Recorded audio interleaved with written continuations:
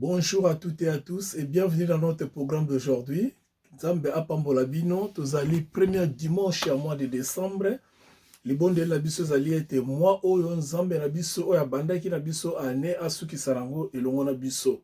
Ndenge Biblia ezali koloba pe tozali kosambela mpona bandeko nyonso na ntina ete nzambe ayeba komonisa ngolu na ye likolo na bino na makambo nyonso tozali kotraverse ete na mbula oyo ezokoma na suka makambo wana nyonso esilela biso ntango tozokota mbula ya sika tokota na sourire mpe ya sika wana eza libondeli na biso mpona bino bandeko tozali kosambela mpona bino vraiment nzambe asalaki mai ya miso na biso bapasi baminyoko baepreuve oyo totraverse ane oyo epesa biso espérance oyo ekopermettre ete tokota lisusu na mbula ya sika elongo na ye nzambe apambola bino merci na occasion ozopesa biso tokota na bandako na bino à travers message tozali partager chaque jour et merci surtout na ba participation na bino ba appel ba makambo ozali kokomela biso koyebisa biso tango nyonso kotuna mituna oyo ezali permettre biso to expliquer susu mingi pamba te na tango tozali koteya ezali kozwa biso tango moke bongo tango tozali kosolola na mituna na bino nde tozali découvrir su makambo ebele oyo sengeli to partager ensemble nkolo apambola bino. Alors, nous allons continuer l'étude na biso, nous sommes toujours dans la 5e dispensation, où ils dispensation de la loi. Bongo, na 4e dispensation de la loi, mokola lelo, to komona oto bengi sacerdoce. Sacerdoce to bonganga na nzambe. Bongo to kende otanga na mokanda na Exode chapitre 28, à partir à premier verset na 3e verset, to sauter, to verset 30. Et Exode chapitre 29, verset 1 à 5. Totangi la parole du Seigneur. Exode chapitre 28, 1 à 3. Fais approcher de toi Aaron ton frère et ses fils, et prends-les parmi les enfants d'Israël pour les consacrer à mon service. Dans les sacerdoces, Aaron et ses fils, Aaron et les fils d'Aaron, Nadab, Abihu, Éléazar et Itamar. Tu feras à Aaron, ton frère, des vêtements sacrés pour marquer sa dignité et pour lui servir de parure. Tu parleras à tous ceux qui sont habiles et qui j'ai donné un esprit plein d'intelligence. Et ils feront des vêtements d'Aaron et qu'ils soient consacrés et qu'ils exercent mon sacerdoce. Dans le verset 30, c'est le dit, tu joindras au pactole du jugement l'Urim et les Tumim, et ils seront sur le cœur d'Aaron lorsqu'il se présentera devant l'Éternel. Ainsi Aaron portera constamment sur son cœur les jugements des enfants d'Israël lorsqu'il se présentera devant l'Éternel. Dans le chapitre 29, verset 1 à 5. Voici ce que tu feras pour les sacrifier, afin qu'ils soient à mon service dans les sacerdoces. Prends un jeune taureau et des béliers sans défaut. Fais avec de la fleur, de farine, des froment, des pains sans levain, des gâteaux sans levain pétris d'huile et des galettes sans levain arrosé d'huile. Tu les mettras dans un corbeil en offrant un jeune taureau et le deux béliers. Tu feras avancer Aaron et ses fils vers l'entrée de la tente d'assignation et tu les laveras avec de l'eau. Verset 5, tu prendras les vêtements, tu revêtiras Aaron de la tunique et la robe de l'éphod. Et l'éphod est du pectoral, et tu mettras sur lui la ceinture de l'éphod. La parole du Seigneur. Alors, bien-aimés, nous allons prier. Tendre Père, nous te disons merci pour tout ce que tu es en train de faire pour nous. Nous sommes le premier dimanche du mois de décembre, le dernier mois de l'année, où nous avons vu ta main et nous avons vu ta fidélité. Ta fidélité, non parce que nous avons été fidèles envers toi, mais parce que tu avais jugé bon que toute chose soit faite selon ton plan dans nos destins. Merci pour mon frère et ma soeur qui est en train de me suivre. Nous voulons partager ta parole, Seigneur. Inspire-nous davantage et parle-nous au travers le Saint-Esprit. pour la gloire de ton nom, au nom de Jésus-Christ. Amen. Alléluia.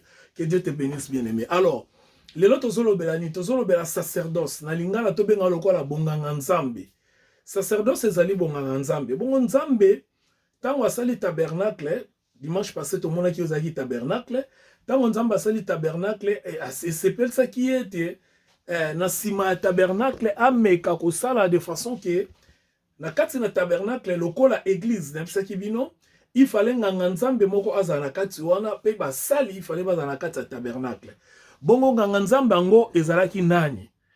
Na tokozala pour la raison ya temps, to gagner temps, tokozala ndenge comme d'habitude tokenda na étude na biso, to évitera mingi ba détail, soki détail benga biso tuna mutuna tokopesa ba détail, mais mingi tolinga tokende na ba grande ligne po topesa idée générale na o etali matière na biso ndenge ni tozali kokende na po to gagner temps parce qu'il y a beaucoup de choses o sengeli toloba faute de temps tokoki koloba ngo te. Alors tabernacle ezalaki tente moko na kati na désert et pas wapi nzambe azalaki koya kokutana na bana to na bana na ye kosolana bango à travers Moïse azalaki prophète. Je ne m'aimerais pas vraiment kolobela Moïse parce que plus tard tolobela ba personnalité ya Bible to pe ba patriarche ya Bible wala nde tolobela Moïse, mais awa na lina chabo accent moko mukie pona kolobete Moïse azalaki prophète. Le premier ministère ya prophétie to mona pa ya Moïse. Et vous allez remarquer que dans le ministère de la prophétie, Moïse, c'est un ministère qui est exercé dans la génération de Bisso. Que Mouto a zomona makambu, azoye bisayo, les gens ont confondu les dons de la prophétie dans le ministère de prophète. Le ministère de prophète est à Israël. Pourquoi à Israël? Parce que ils allaient à Tango Oyo, les 5 ministères, Ephésiens chapitre 4 verset 11, ils allaient qui n'ont noté. Ils allaient qu'un ministère moko d'ailleurs que ça a été motozo qui n'est pas un nzambe ayoki nzambe nzambe cheka tine makoki oya koyoka nzambe parce que pesa men motonyo sauté ayoka nzambe nzambe chema makoki na epo ya yoka nzambe aya koyebise pa na peuple.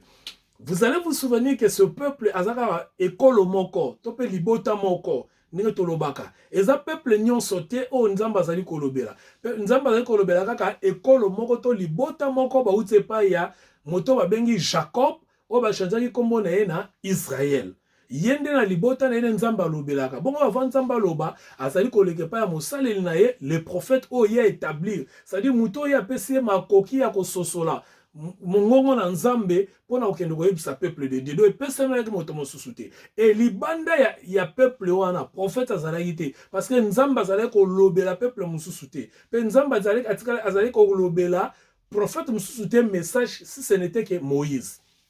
Bongo tango basali tabernacle confère d'étude na biso soko ozaki tango olanda biso te kende na page na biso YouTube Belle Femme ba bébé to officiel okomona ba série nyonso tozali kotangisa ezali wana na kati nde okoyeba kolanda biso malamu. Alors tango basali tabernacle esengelaki siko na nganga nzambe moko azala parce que yende kozala moto abanda kopusa na liboso na nzambe pona kozwa makambo oya bo nzambe ayeba kosala lien entre bana na Israël o bazwa ko luka lobi kotope pardon de masumu na bango na nzambe epa ya nzambe do lien wana il fallait ezala nelongo na bango mibale. Donc d'un côté il y avait des enfants d'Israël et de l'autre côté il y avait Dieu. Maintenant il fallait mutu moko azala lokola nganga nzambe o nzamba consacré moto nyonso te abengamaki na consécration wana eza lokola lelo te toza na 5 ministères o nzamba pesa lokola likabo na tango wana 5 ministères ezalaki te nzambe nde ayebisaki Moïse pona Aaron o azali ndeko na yo Aaron yende lokola ndeko no akozala moto oyo ngai na koyeba ko utiliser ye na bana na ye. Donc na kati ya libota ya Aaron o azalaki frère ya Moïse nde nzambe azalaki kosala oyo tobengi bonganga nzambe. Donc bonganga nzambe epesamelaki bato nyonso te epesamelaki kaka Aaron na libota na ye wana selon recommandation ya nzambe. Alors bongo siko Aaron azali nani soki totali siko yo ndenge tolobaki la fois passée tabernacle ezalaki église. Donc soki totali lelo Aaron azali lokola Christ na kati église alelo parce que but étude ezali ni bien aimé but étude au moins toza mingi dans Ancien Testament pona kolakisa bido ete lolenge nini dispensation ya loi et si la valeur totalement tant que tu la dispensation ya grâce au tozali lelo parce que dispensation ya loi ezali 5e dispensation et 6e dispensation ezali dispensation ya grâce au tozali donc tokoki kotambola te na dispensation ya grâce na makambu ya dispensation ya loi c'est comme qui dirait nazalaki kokanisa exemple mona bito soki tozwi neti papa na biso Lumumba ou bien Kasavubu soki tobimisi toye na bango tolamusi bango pe à leurs âmes tolamusi bango toye na bango ata Mobutu oyo atiki biso kala mingi te toye na bango na génération na biso na 2022 oyo bango bakobima lokola bazoba donc eza na makambo eza na 2022 oyo bakotikalaka koyeba yango te bakotikala comprendre yango te pourquoi parce que bango batamboli na évolution ya mokili te ndenge mokili ekei donc tango bango batika biso par exemple internet ezalaki te donc bakozala na difficulté ya comprendre oyo nini la même chose peut biso oyo toza lelo so bazwi biso na bane 60 neti biso boye laki mokolo na komi nango ba 50 oyo naza nango bakei kozongisa biso na ne 60 donc eza pe na makambo kuna nga pe na okoka kososola yango te parce que n'époque wana makambo ndenge ezalaki koleka ngai natikali komaîtriser yango te c'est ça le but ya badispensation mpona kocomprendre ete ntango oyo tozali eza na makambo nango oyo toza na ntina te ya kolanda makambo ndenge ezalaki kosalema na année 60 Aaron azali image ya Christ yango tozolobela mingi parallélisme kolakisa Christ azanani, Aaron azanani na dispensation oyo. Après dispensation oyo, directement toke na dispensation oyo ezali dispensation de la grâce. Donc bisika tokoyeba ko découvrir Aaron azanani, Christ azanani, tabernacle na msaki bino dans son ensemble, c'est Jésus-Christ. Donc tozolinga to même bino na niveau ko comprendre ete makambu nyonso zaki dans Saint Testament ezalaki ombre des choses à venir, la réalité to la vérité, c'est Jésus-Christ. Donc nyonso toyeba komona na Saint Testament ezali nango ka Yesu Masiya yango tozali ko bimisa yango. Alors Aaron azali Jésus-Christ pe bana ya Aaron bazali bandimi. Donc tozozwa image hein, tozozwa d'une manière imagée. Donc bana ya Aaron bazali na bango ka bandimi. Alors Aaron azali type ya Christ, Christ azali souverain sacrificateur. Aaron azalaki souverain sacrificateur. Mosala Aaron azalaki nini? Ezalaki après que basali ba cérémonie nyonso na parvis, baye na lieu saint. Donc nous sommes dans le tabernacle, na parvis baye na lieu saint. Alors, toko finir na bango na lieu très saint. Ales Aaron siko mosala ezalaki akozwa ba confession bato nyonso na makila yenda akotaka na on lieu très saint. Et pas wapi aokende kosala ba sacrifice ko présenter ko pa na Nzambe po ete masumu ya bato e ba kolimbisama. Mais Aaron zo représenter Jésus-Christ. Bona nanga malamu parce que na tolongo na ba confusion mingi o bato bazo vanda na o bazo umela ngo ba commission ba dogme tope lolenge na bango ya koteya. Alors Christ Aaron tanga za kokota na kati ya sacrifice wana Aaron azali na oto bengaka ordre. Ordre za nini?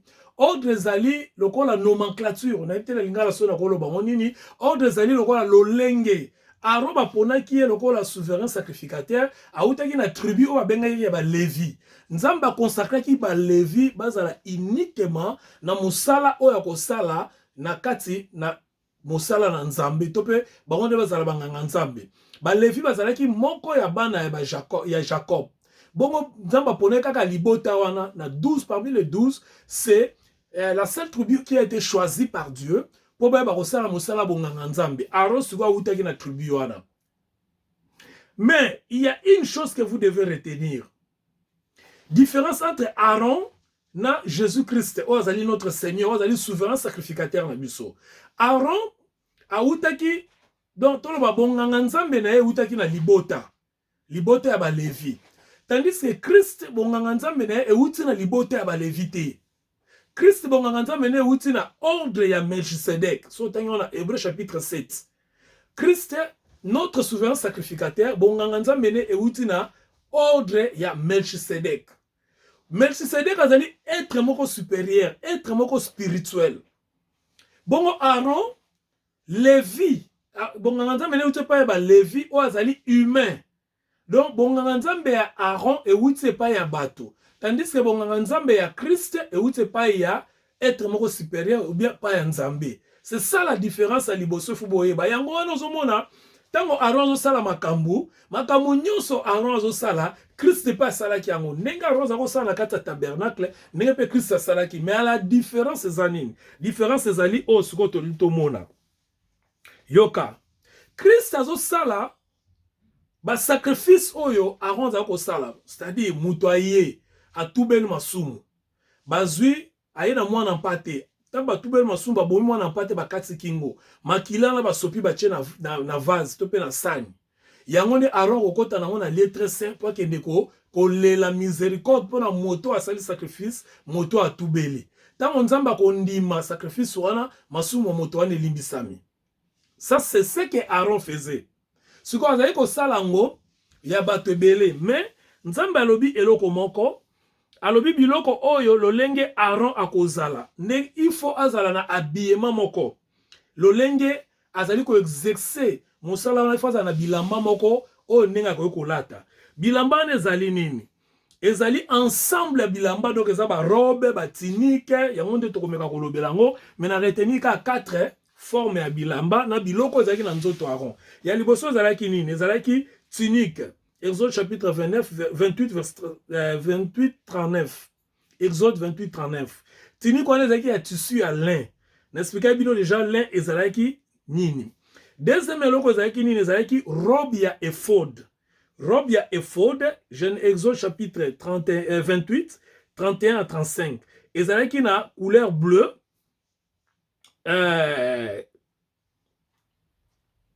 Couleur bleue na robe angwana ya bleu ezalaki na moi jupette moko boye, s'il faut dire na moi jupette moko boye na kati ezalaki azali kolata ngona jupette pe azali kokangona ceinture moko ezalaki ya doré, donc wana ezalaki lolenge azalaki kolata ephod.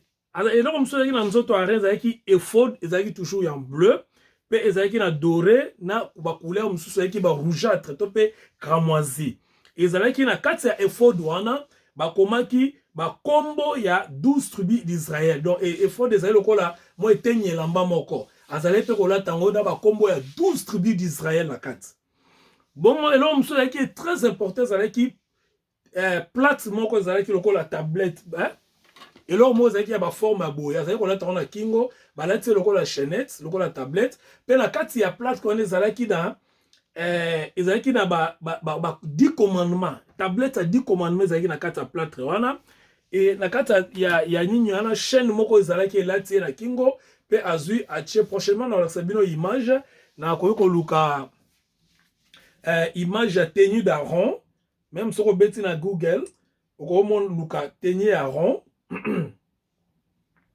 Alors, image on a Aaron zale kolata, c'était comme ça. Pourquoi? Parce que nzamba ezaki na ba signification nango, nzamba alingaki ete bazala distinguer na bato mususu na mosalo o bazali kosala. Il minute na meka koluka soki na komona ngo. Alors,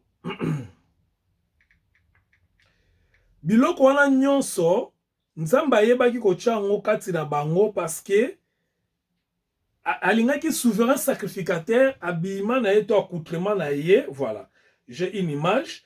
Voilà, bozomona, c'est quelque chose comme ça, hein. Omoni oyo ezali plâtre, hein? Plâtre moko ozomona eza na 12 pierres et chacune de pierres représentait un tribu d'Israël. C'est comme ça que Aaron zalaki kolata. Alors, biloko wana nyonso yaki pona nini? Yaki pona osala différence entre nganga nzambe ozo kende liboso na nzambe pe bato mosusu oyo batikali bazali kaka population normale, peuple moko simple. Différence na bango ezalaki na niveau wana.